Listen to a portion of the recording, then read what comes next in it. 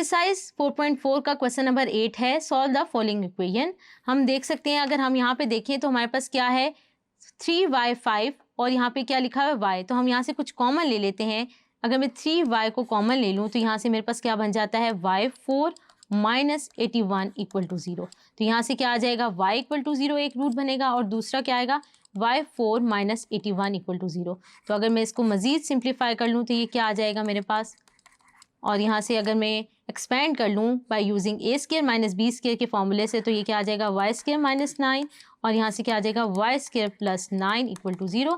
और यहाँ से अगर मैं रूट्स निकाल लूँ तो क्या आ जाएगा प्लस माइनस 3 और वाई क्या आ जाएगा प्लस माइनस 3 आयोटा। तो हमारे पास ये रूट्स आ गए। हमने y के लिए इस इक्वेशन को सॉल्व कर लिया, जैसे कि आप अपनी स्क्रीन पे देख सकते हैं। आपको ये समझ आया होगा। Thank you.